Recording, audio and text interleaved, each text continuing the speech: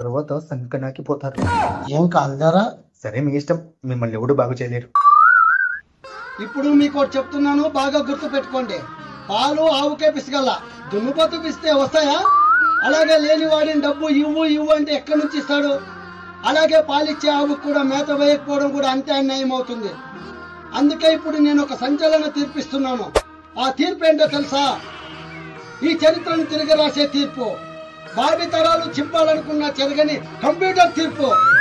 తగుదునమ్మా అంటూ మధ్యలో దూరేవాడికి దూల తీర్చే తీర్పు. ఒక్క మాటలో చెప్పాలంటే యుగ యుగాలు గుర్తుండిపోయే తీర్పు.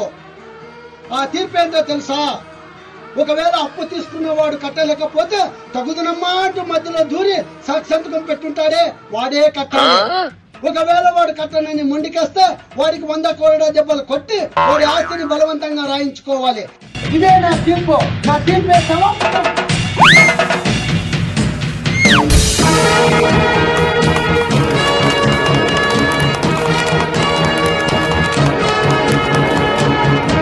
పిల్లవండి రాంగండి ఈడ్చుకోరండి.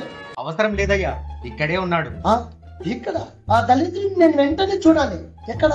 ఆ దరిద్రుడు ఎవరో కాదయ్యా, మీరే. ఏంటి అది?